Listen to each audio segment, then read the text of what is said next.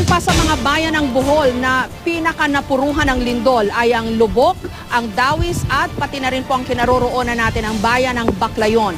Malawak ang pinsalang idinulot nito sa mga infrastruktura katulad na lamang ng ilang mga naputol na tulay at nabitak na kalsada. Ang mga bayan ding ito ang tahanan ng ilan sa ating mga national cultural treasures, mga pamana sa atin ng kasaysayan, heritage churches na nakapanlulumong sinira ng malakas na pagyanig. Isa ito sa pinakamagandang mga tanawin dito sa buong probinsya ng Bohol dahil dito kitang-kita mo ang dalawang kayamanang pinag-ingatan ng husto ng mga taga rito. Ang kalikasan sa pamagitan ng Lubok River kung saan pwede kang sumakay sa napakalinis na ilog na yan. At sa tabi lang nito, ang lumang simbahan ng Lubok. Yun nga lang, dito mo rin makikita ang laki ng pinsalang idinulot ng lindol.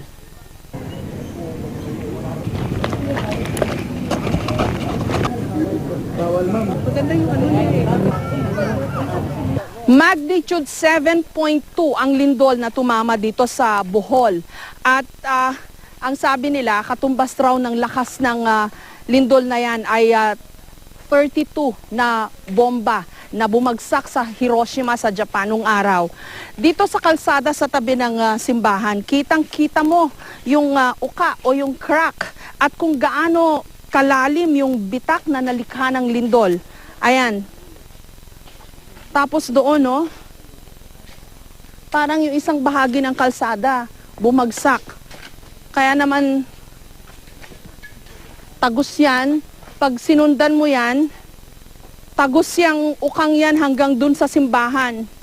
Kaya naman yung simbahan, sa gitna na hati. Yung likod, itong nakikita natin, okay pa. Medyo at least may naisalba. Pero dito sa may bandang gitna nito, doon nag-crumble. Yung una nyo nakita, what happened to the church? And the facade is gone. Sa gitna parang nag-crumble. Ano sabi, naiyak ho ba kayo noon? Pinigilan ko noon. Kahapon ako naiyak sa misa namin.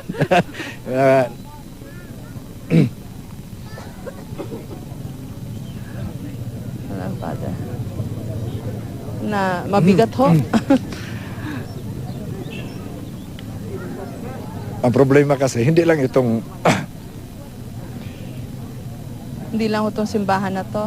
Opo, 22 churches, 28 churches ba? And mostly heritage churches? Sa mga heritage churches, meron yata kaming almost 10 heritage churches na proclaimed by NCCA. Dalawa lang yata ang hindi na napinsala. May kukunti, may mga mga cracks.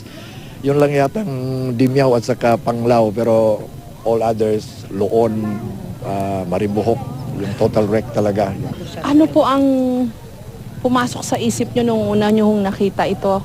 Nakakapanlumo nakakadurog ng puso. Kayo pa ho kaya na taga rito? Oo nga po I was in Tagbilaran yesterday when naglindol, tapos nakita ko na lang sa FB nung mga pinost na pictures nitong aming nasirang simbahan. Kanina nga nung kumanta yung children's choir, naiyak talaga ako kasi ang dami naming mga memories dito, tapos it's one of the national heritage ng aming, hindi lang dito sa probinsya, of course sa buong, it's part of the cultural heritage of the Philippines. Nung nakita nyo na ganyan nangyari, ano sabi nyo sa sarili nyo?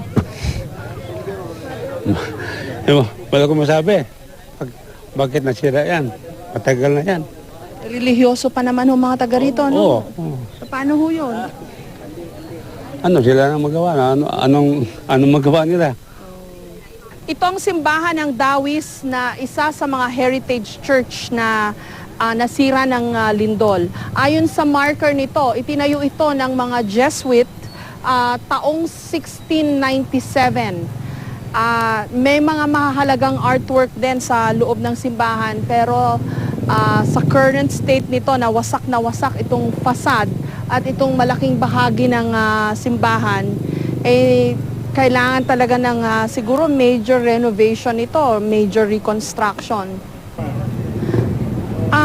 Ayon sa mga saksi, kasalukuyan noon na magmimisa sana para sa isang patay sa loob ng simbahan nung nangyari yung lindol. Kaya itong sasakyan ng funeral parlor na nakapark dito sa harap, isa sa mga nadaganan ng mga debris na nanggaling dun sa fasad ng simbahan. Ngayon tingnan natin yung iba pang damage dito sa Dawis Church, dito naman sa bandang likuran at tagiliran nito. Naramdaman niyo po yung lindol? Oo, kasi yung 8:15 ay inaanda ko yung yung para sa misa kasi meron kasing funeral mass. Nagkataon naman na akala ko kung ano yung dagungdong na yun na pala ang lindol. Blessed Virgin Mary. Itong simbahan na to sa Dawi, 1697 pa, itinayo at binuhusan ito ng malaking pera para ma-preserve yung history at yung relics na narito. In fact, priced yung mga artwork na nasa ceiling at nasa mga walls niyan. Kasi ganun nila pinapahalagahan itong mga heritage church ng Bohol. Andito ho kayo nung Oo, lumindol? kasi yung bahay namin tapat lang. Ng simbahan? Oo, tapos nung lumindol, pagkatapos ng lindol, lumabas kami. Puro alikabok, hindi yun makikita. Lahat, puro alikabok talaga. Shock talaga kami kasi hindi ka namin sukat akalain man sa buong buhay namin ngayon na nangyayari yun. Nung nakita nyo na ho yung nangyari sa simbahan, sirang-sira. Kami, takbuhan kami, may aftershocks pa doon, nag-iiyakan kami. Kami mga kapitbahay lahat, nag-iiyakan kami. Diyan kami nag-uumpukan lahat. Tapos nung mag-aftershock, makikita talaga namin yan, unti-unti bumubagsak, gumuguho, pati yung sa bandang likuran. Balon dyan, kami ang nag-iigib dyan, ng office ng mga tao na nag-aalok ng tubig, ganon. Umiiyak kami kasi nanghihinayang kami sa tubig ng mga tao worldwide kasi nagpupuntahan yung tao dyan. Paano, lalo ako, may kidney, ako, dyan talaga Bakit kumukuha. yung tubig ba dyan nakakagaling? Oo, alkaline ho, yan.